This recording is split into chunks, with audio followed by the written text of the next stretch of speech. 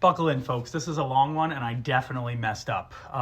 This is to show you that even math teachers make mistakes, and I was going to refilm this video, but I didn't. I left it for you. So let's see.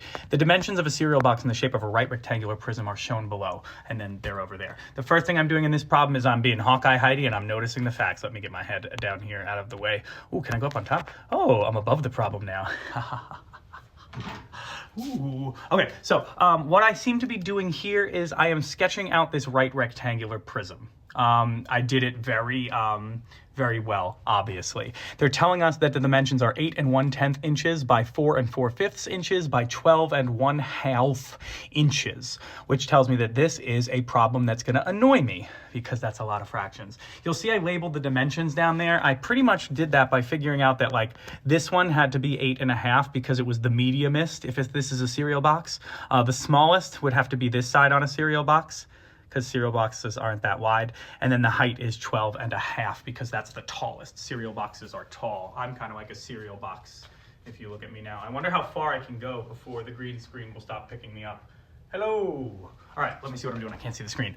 Okay, I'm still now, I'm identifying the goals. So what is the volume of the cereal box? I did that. Now, the next step, I'm gonna outline the problem. I do that by giving some background knowledge. To find the volume of a right rectangular prism, we're gonna multiply the length times the width times the height. And I know that the volume is how much space exists inside a three-dimensional shape. So what I'm gonna do, my plan is to label the dimensions of this prism, which I have done right here. And then I am going to multiply the length times the width times the height, or base times height times width, whatever you want to call them. I don't know. So now here's where I make the error.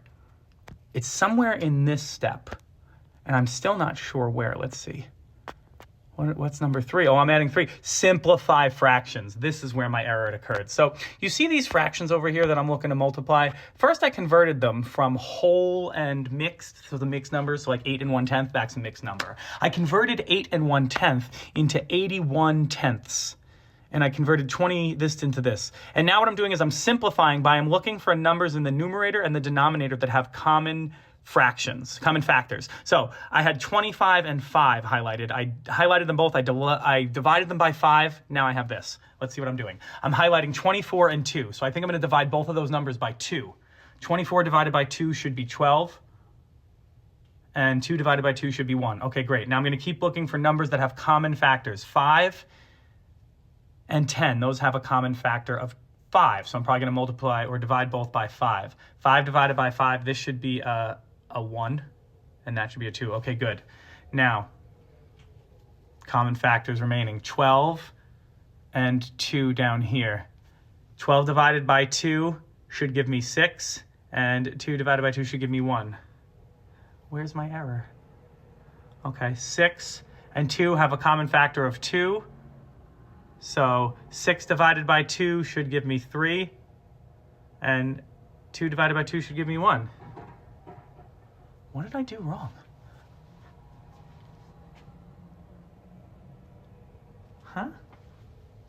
It should be 81 times 6, because you'll see I keep... Did you see me make an error? Because while I was explaining it, I must have made the same error as I was explaining it. I'm going to do it again, and I'm going to do it correctly this time. If you saw my error, please tell me in the comments. This is not a drill. This is not a joke. I don't know what my error is.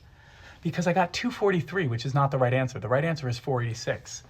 So when that happens, I just start backing up, and I'm like, wait, let me back it up. But I noticed something interesting. 243, the answer I got, is half of the right answer, 486.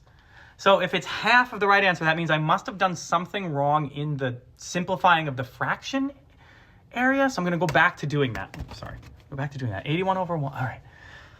So let's go back to those mixed numbers that I turned into fractions. 81 over 10, yeah, times 24 over 5, yeah, times 25 over 2. Okay.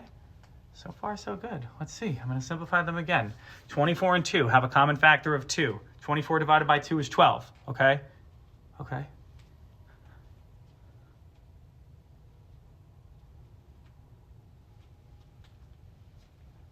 All right.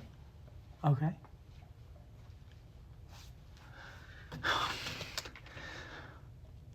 This is thrilling content, I know. If you're still watching this right now, I want you to go in the comments and I want you to type the number that represents your age in months. No, don't do that. That's private information. You don't want to share that one. I want you to type the number 7, just so I know that you made it this far in the video. I'm still simplifying. 5 and 5, I'm going to divide. See, that 6 wasn't a 6 before. It was a 3. So now we have it correct. It's 81. I did it correct this time, but incorrect the first time. Even after watching it back, I'm not sure what my error was. But this goes to show you that sometimes in math, you make mistakes. And like our friend Bob Ross taught us, hold on, you can't. There's no such thing as mistakes. They're just happy accidents. I bet you didn't think Bob was behind me.